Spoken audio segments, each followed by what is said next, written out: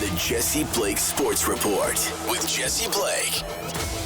I hope you enjoyed the Pacific Division preview / predictions that came out before this one, the Central Division. If you haven't listened to it yet, go listen to it on all audio platforms. There we go. And if you want to watch it on the Jesse Blake Sports Report YouTube channel. And while you're there, hit subscribe. I appreciate every subscription that I get. And those of you who have watched the Pacific Division preview, I know a lot of you are upset at me for believing in the Calgary Flames, but I think right now, after I look at the number and I check out all the vibes in Calgary, I believe that they will finish a lot higher than a lot of you out there think they will finish. Who knows how I feel in a month from now when we're doing all 32 team predictions for the SDPN channel, where we talk about each team for 10 minutes leading up to the season. That'll be in about a month from now. I don't know how I'll feel then, but right now, I think vibes are good in Calgary. And vibes is what I want to talk about with the team I have in 8th place in the Central Division. Let's kick things off. Utah HC is the team I have in 8th in the Central. And that is because what they are selling us right now, going from Arizona to Utah, is vibes.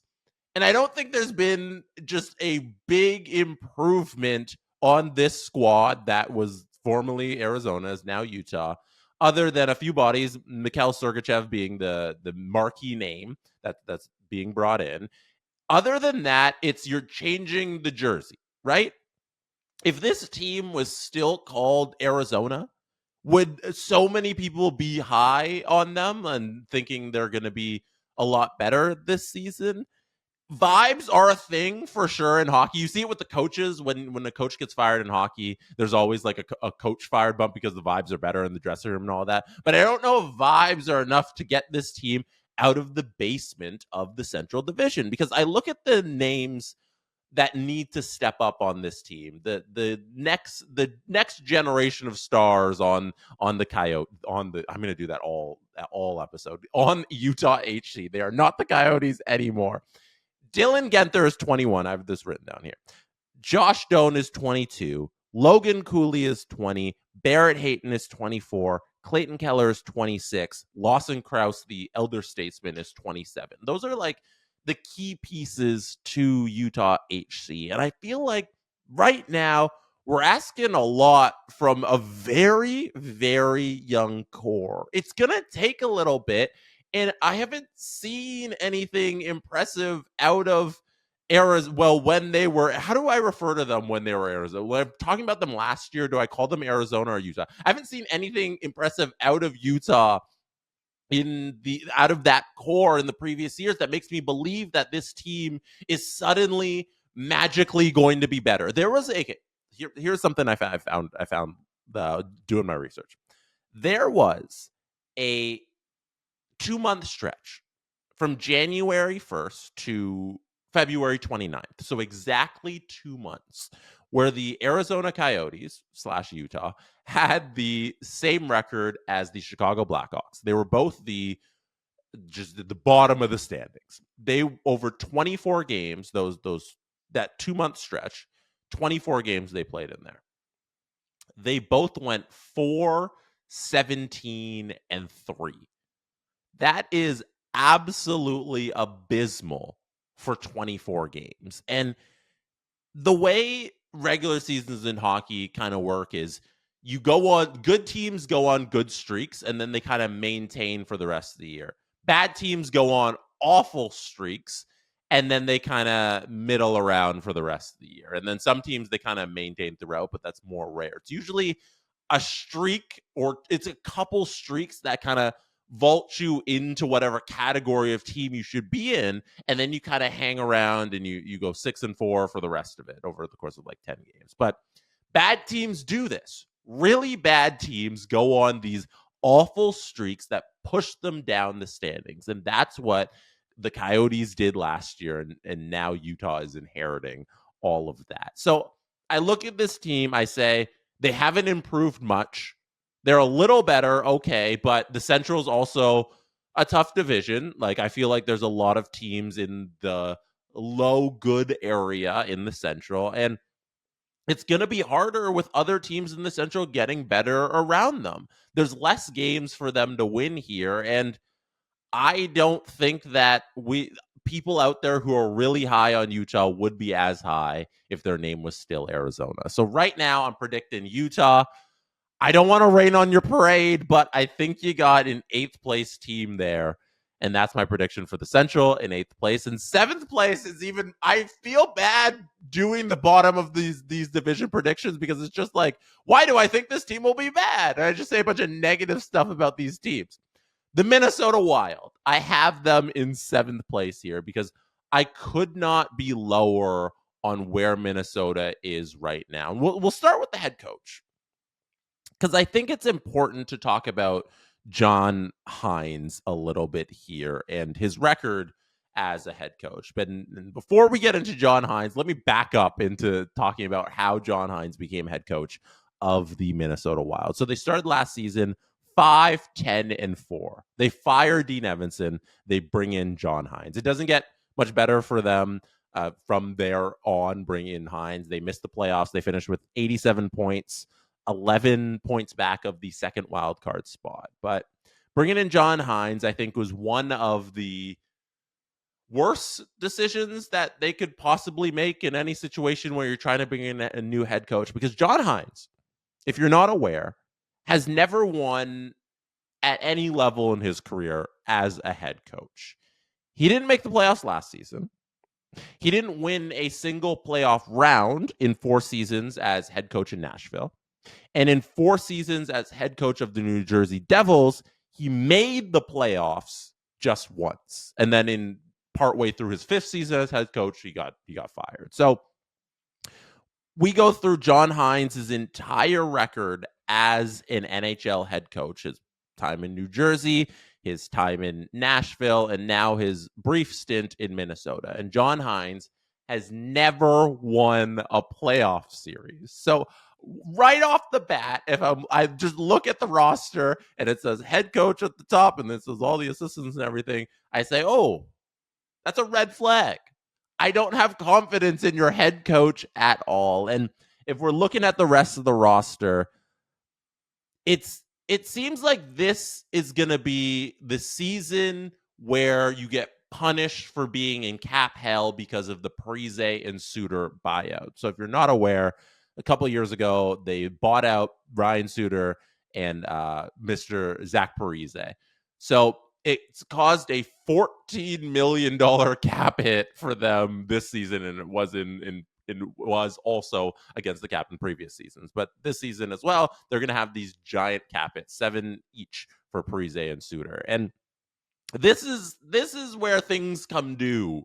The 24-25 season, in my prediction, in my opinion right now, things come due for the Wild right now. You take a step back this year. You finish 7th in the division, fine. But things are okay because there's a built-in excuse. You have $14 million less than the rest of the NHL. So you play it safe. You say it's fine. We'll suck for a year. We'll do a whole 82-game goodbye party to Marc-Andre Fleury. Every game's a celebration. Every game could be his final game when he starts, you know? So goodbye every game to Marc-Andre Fleury. That's going to be fun. But in terms of winning, you say we'll do that next year. I think the pieces are there in Minnesota to be good for 25-26. That's what they should be focused on right now. All of that cap comes off the books next season. It's a lot better next season. You have a bunch of great young talent. You got Brock Faber. You got Matt Boldy. Kaprizov's still going to be there. You'll be good next season. I don't like the roster's not that great. Not a big fan of it. They did a lot of losing last year. I don't see how they got better this offseason. So Minnesota, spin your wheels for another year. It's been a dark decade in Minnesota, if we're all being honest, in terms of just playoff success. Hasn't been great. So I think we get a dark season in Minnesota, and next season they're good. That's okay. Everybody's not good every year. This is the year Minnesota isn't good. In 6th place, I have, wait for it, the St. Louis Blues. Now, This was the hardest choice for me. It was between 5 and 6 for St. Louis, and I went with 6 because you look at the numbers and you say they were 24th in goals for, 20th in goals against. They missed the playoffs last year, St. Louis, so they're not going to be great in anything. But 24th in power play, 18th in penalty kills. So 4 key team stats. They're near in the 20s or near the 20s in all of them. 18th is the highest they are, and that's in the penalty kill. And then you go and you look at some of the more numbers. You say 8th most shots against and only the 8th most shots for. So this team, they couldn't stop anybody from shooting on them, and they couldn't get a lot of shots on goal. They were propped up a lot by Jordan Binnington and Joel Hofer having exceptional years, 9-14 and 9-13 for each of those goaltenders. Awesome. They do add a couple pieces, you know? They have additions of Faska, Joseph, Holloway, Ryan Suter, we just talked about, Broberg, and Kasperi Kapanen. Like, okay, little shakeup. There's some new names. People coming in to try and shake things up. Do I think that those names, Faska, Matthew Joseph, Holloway, and Broberg in the offer sheet, Suter, unlike this league min, your old contract, and Kasperi Kapanen enough to make them get out of 20th in every key team stat? And do I think Jordan Binnington's going to have another really exceptional year at a 9-14 to kind of prop them up to the point where they're respectable, but not even a playoff team? Like, there's not a lot to write home here about. And if we look at the team stats once again for this team last year, and we look at the player stats, we see that 6 different players had 20 goal seasons, and I love that. I love when you get scoring by committee in a goal like that, in a season like that. You know, 6 different guys had 20 goal seasons last year. 1, cool, that's a fun stat. 2, it wasn't enough to get you to the playoffs. 3, only one of those players scored 30 goals. All the other 5 were in the 20s there. And 4, now to even get to where you were last year in the standings, you need that repeat performance or somebody to spike and make up for that goaltending if you don't get the repeat performance from 6 guys. That's the downside of having scoring by committee, is that you need everybody to perform at that level year in, year out to consistently get scoring by committee. I love when it happens in a singular year. That's cool. But to rely on it time in and time again is a little difficult. So I say it's going to be hard for St. Louis to get all of the scoring that they got last year. They brought in guys. I know that, but how much of that scoring is going to be made up by the new additions? Goaltending probably stays about even, but this team wasn't even a playoff team last year. So I'm not predicting that they get any better. So I can't predict that they're going to be a playoff team.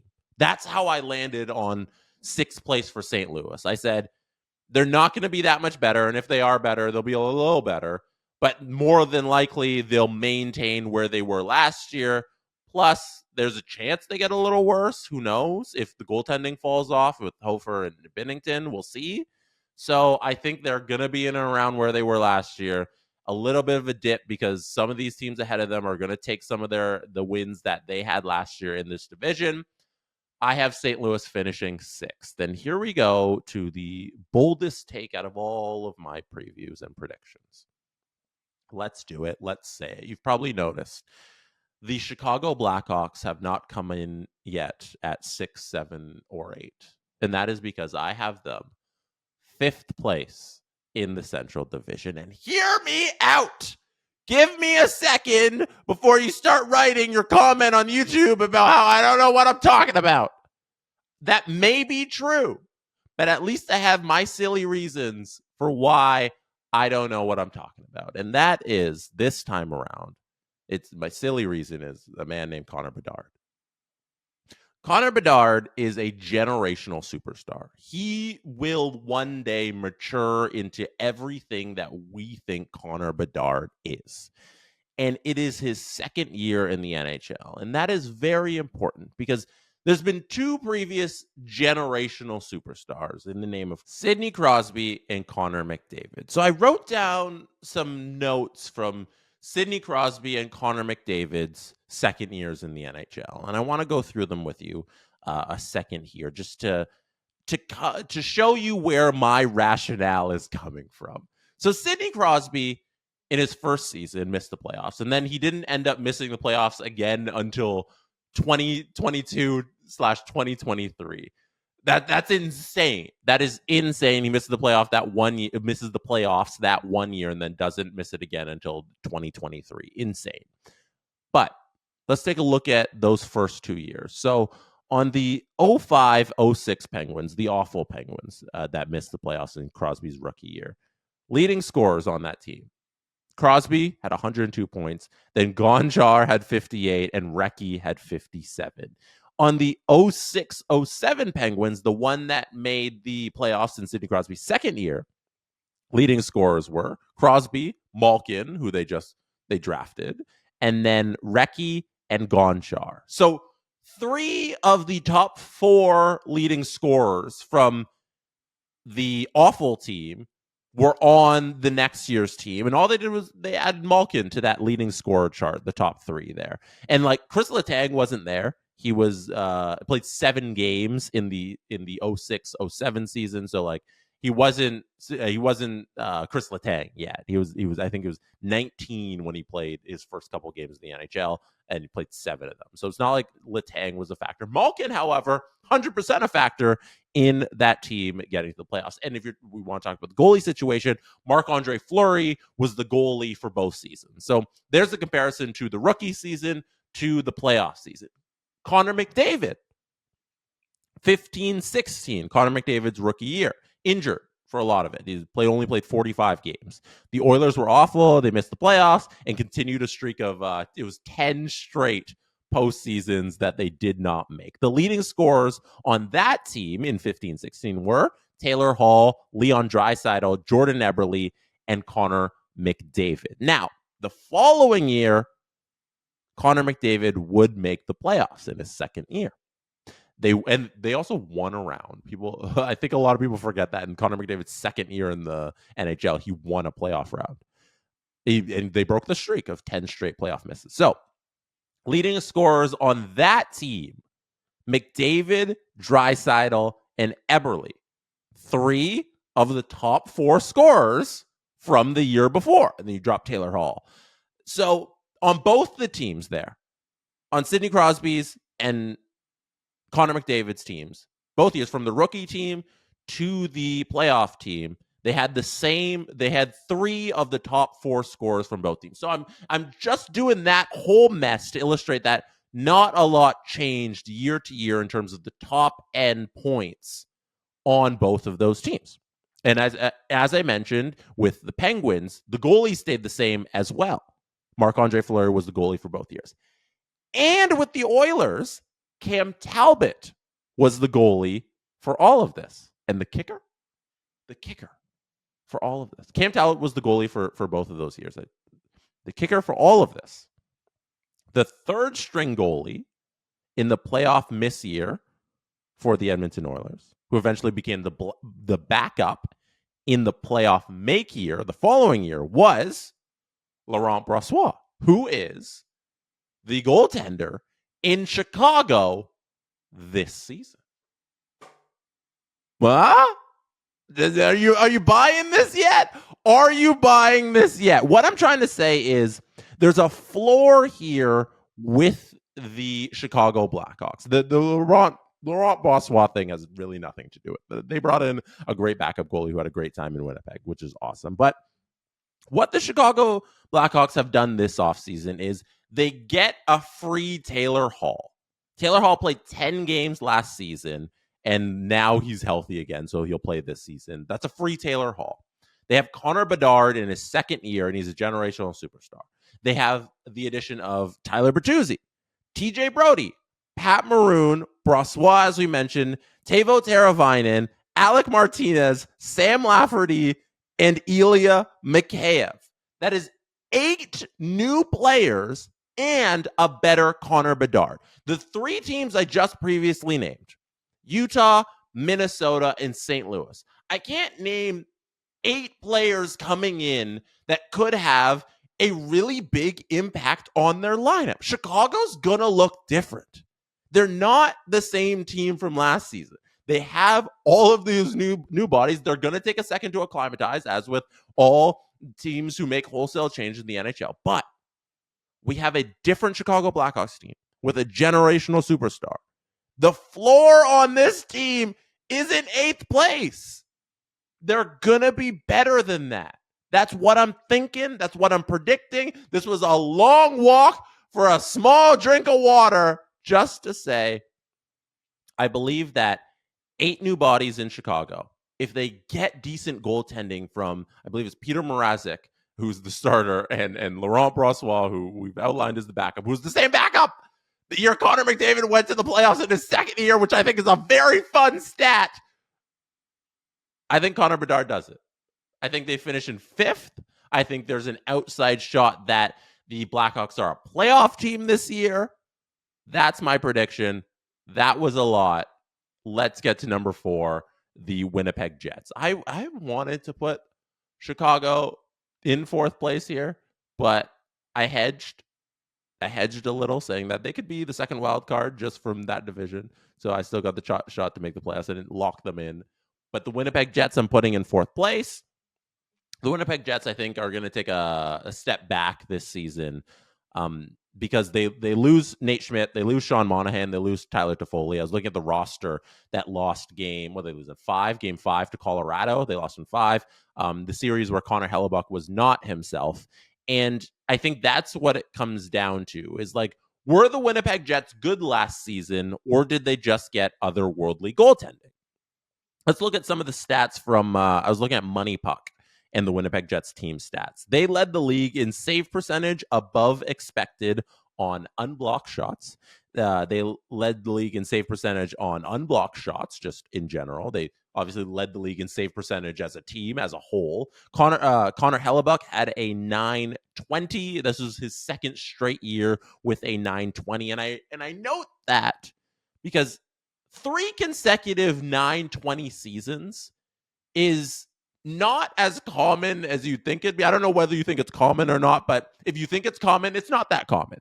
Martin Brodeur never had a 3 consecutive 920 season. Neither has Patrick Waugh. I looked all this up. Neither has Patrick Waugh, Andre Vasilevsky, UC Saros, Marc-Andre Fleury, Ed Belfour. All of those goalies I just named, some of the best goalies of all time, never had 3 consecutive seasons in the 920s of their save percentage. Connor Hellebuck right now has had 2 consecutive 920 seasons. If you want just sidebar, if you want someone who did have more than 3 consecutive seasons with a 920, Dominic Hasek did 6 consecutive seasons above a 920. A lot of those were in the 930s, but that was from 93, 94 to 98, 99. It was obviously one of the lowest scoring portions of NHL history. So that's a little skewed, but Dominic Hasek, just to show you, like, he's the dominator for a reason.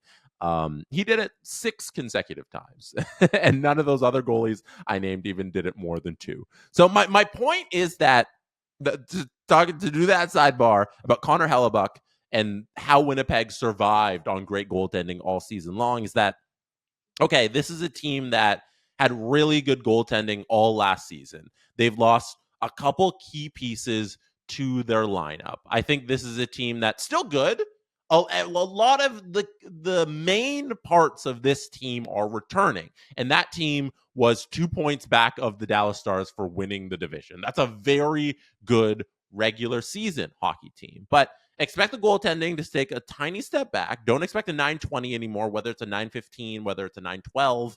Connor Hellebuck's going to be good 918. It's just not going to be that high again, so expect that to slow down, and Winnipeg to just be not as dominant as they were for the entire length of regular season last year, but still good is what I'm looking at for Winnipeg. Like, I still believe that, hey, there's something there with this team, and that goaltending can be a feature of your team. It can't be the whole thing, because when things get shaky, as they did with Colorado, it falls apart. So I expect this team to be good, be competitive, be in the mid pack of the playoffs once again. It's just last season they were exceptional for, I think, largely because goaltending. And I'm not betting on the goaltending being otherworldly once again, but I'm expecting the other parts of the lineup to still be good. To still be good. I expect it all to be good still. I expect Scheifele to show up. I expect Kyle Connor to show up. They're gonna be good. So Winnipeg, fourth place in the division. Third place, I guess I'm not as much on the hype train as a lot of other people because I have them in third place, but the two teams ahead of them, they've just been better for longer. And Nashville, who I have in third place, the Nashville Predators, I'm predicting will finish third in the Central Division, have added Marchessault, Stamkos, and Brady Shea. That's the three-headed monster that is coming in. That's supposed to be the big additions of the offseason, the team that made the most upgrades. And let's not forget that this team was a first-round exit team against the Vancouver Canucks in 6 games. They played very low event hockey. They've struggled to score at times. They won game 4 2-1.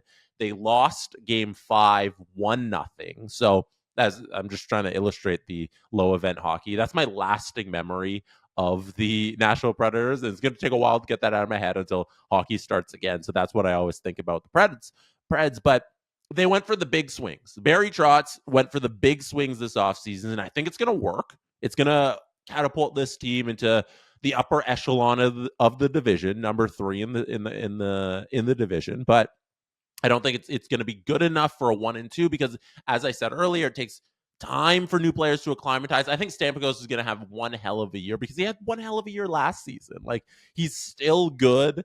Marchessault, I think, is going to be very comfy, and that D with Roman Josi and like Josi, if he's not one, he's 1B in terms of best defenseman in the NHL. And you still have Ryan O'Reilly, you still have Forsberg. This is a really good team that might just be a Stamkos away from entering the upper echelon of the NHL and being one of those teams in that circle where, hey, they got a shot at the Stanley Cup. So I think Nashville has a very good season ahead of them, but I'm going to take the Dallas Stars and Colorado Avalanche ahead of them.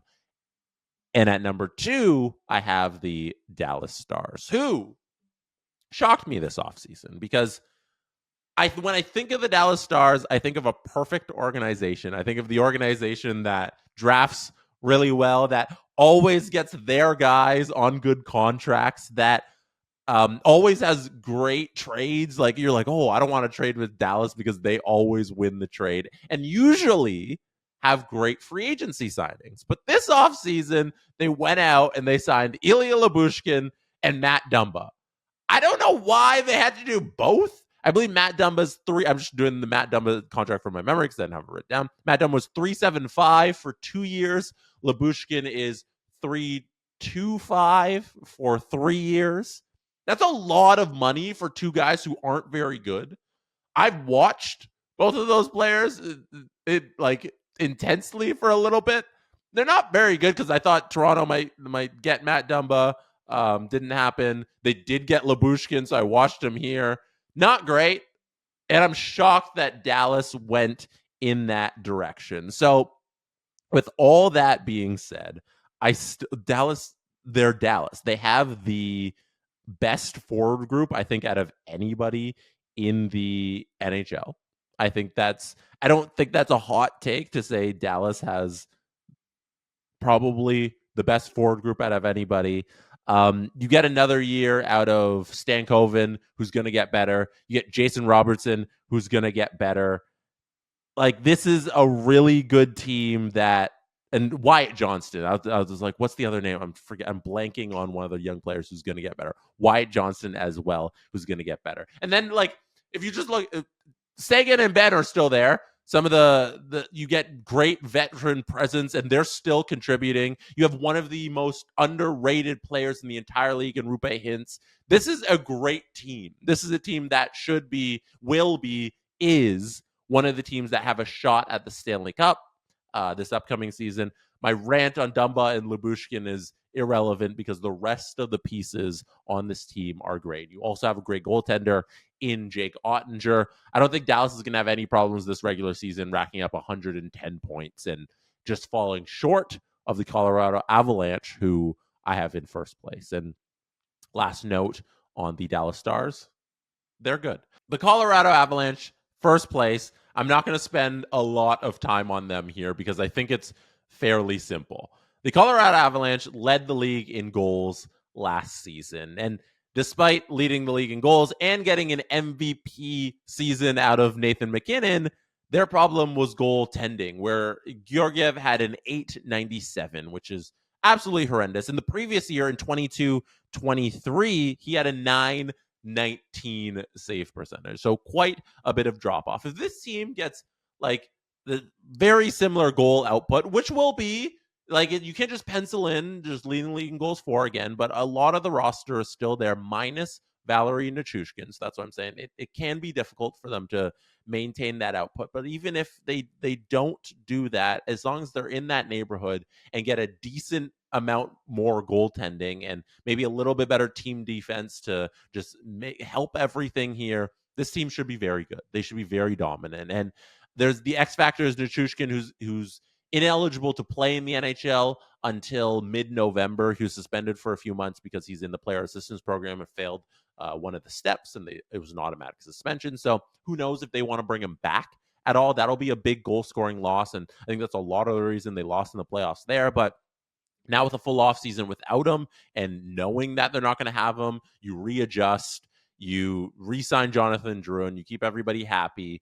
You now have the possibility that Gabriel Landeskog could rejoin this team. Landeskog hasn't played since 2022, and the idea of having Landy back in Colorado is really cool. So he could be ready. Jared Bednar said, their head coach, in mid-August, that he could be ready around the beginning of the season. So we could see Landeskog playing in Colorado come end of October, which would be crazy. I think Colorado's going to be very good. I think it's very simple. They're going to score goals. They're going to get a little bit better defense and goaltending, and that's a recipe for a division victory. I don't think I got much more to say on that. Nathan MacKinnon might go back-to-back with MVPs unless Connor McDavid has something to say about that. So I think we'll do a full awards prediction episode at a later date, much closer to the season. But that is my Central Division picks preview. Let me know what you think in the YouTube comments. Yell at me some more. It's all right. I'll be there to respond with a smile emoji. So that is it for me tonight. Look out for the Metro coming out tomorrow. Yeah, drop it tomorrow. The Steve Dangle podcast is back. Listen to it Tuesday evening on the SDPN YouTube channel or wherever you get your podcast. Listen to the Steve Dangle podcast with myself, Adam Wild, and Steve Dangle. That is it for me right now. Thank you for being here. You could have been anywhere in the world, but chose to be listening or watching this right now, and I appreciate you for that. Good night from Toronto. And that is how it's done. The Jesse Blake Sports Report with Jesse Blake. Jesse Blake, the guy that likes to hear his name twice in one sentence. Sure, I know him. No, he doesn't have an ego at all.